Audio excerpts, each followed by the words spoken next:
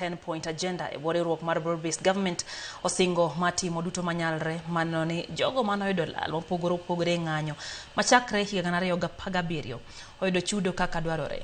Oloso kod Ramogi TV achiel kuom jokanyo e komiti motisi ni coin 10 Gabriel Oguda osingo ni gibiro kawo ting' maneno ni komiti machielo mochung' hie ne chudo makamago otimo tijgi e yo mar adier kendo mahuyanga.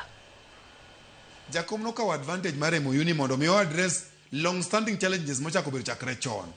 Koro nowacho ni mondo kik wa stretch gina ahinya nen lek mar jakom, it was his dream mondo mi wachak gi 2017.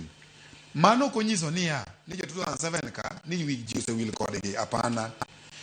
Ne en kwayo ma jakom mondo mi kik wakompensate 2024 kende wa yuae 2023 sufuria movement 2022 wiki ni 2023 bende ne wane ng'anyo ma sufuria jomoko bende owito ngimagi, jomoko bende obedo affected. Yes. 2022 bende kane wadhi e ginene opening a servers kinyalo paro mane wadaro results gi okwal kuchwa open servers be jomoko bende owito ngimagi.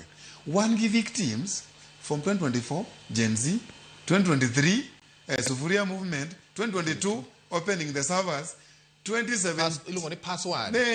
Password. Yes. Password. Yes. Nyaka 2017. Right. Ko jakom nowacho niya mondo mi kik gini obed gimoro ma gech nwadwaro mondo mi atonga mayot miyombo go. Yeah. Wachaga tonga mayot. Ko no convince ker ni mondo wachag compensation 2017 okonyiso niya ni 2007 ka to ji owigi owil go apana. Koro mano nen kwayo ma jakom to emoyun jakom mano sign. Koro wan wishes mag jakom ma fulfill. Yes. Kamano. Okay.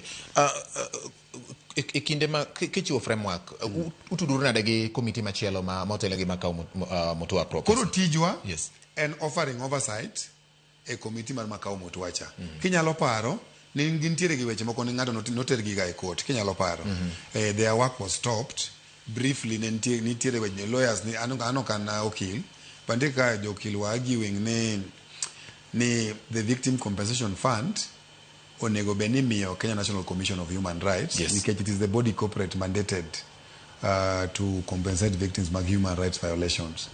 Koro anto kanyo taonge ne giobei court order magi yalo wachno e court. Sanina no gazette notice moro no chako bedo released nyoro makoro wachno koro wadhi mbele apani koro court nomiyo gi advisory. Yes. Ni mondo migini odhi mbele to for us to make progress the team no nego be reconstituted in a way. There's some legal jargon managiketa yekanyo, but I think it has been considered now. Koro I think the team man makao motua is now ready to go. Koro announcement no bedo medical uno ne 2 billion oseket kitenge. Koro gine magin gi list mar joma no hinyre. The list is there. Kane waromo gi Kenya National Commission of Human Rights ne ginyisowa ni gin gi list. Kech gine magisebedo ka gi compile list mar human rights violations gi joma osebedo victims. Koro nikech Kenya National Commission of Human Rights benitiere task force no, koro tijgi yot. Osemigi go ahead, pesa bose ketne gi agulu. Wan tijwa, nikech sani koro osemedo mandate. Tijwa en wabro oversight gi mondo mi ka gitimo compensation to waduog ne jo Kenya wach ni magi e joma nobedo compensated to onge ghost victims ka. Nikech Kenya kae bwana ji ofuoga ni komi tich kamoro tindi ko ng'at moro ma iluongo ni ghost workers. Ng'ato nyinge mondiki gi account number en ng'ama bedo office no wuondre ni ng'ato motiyo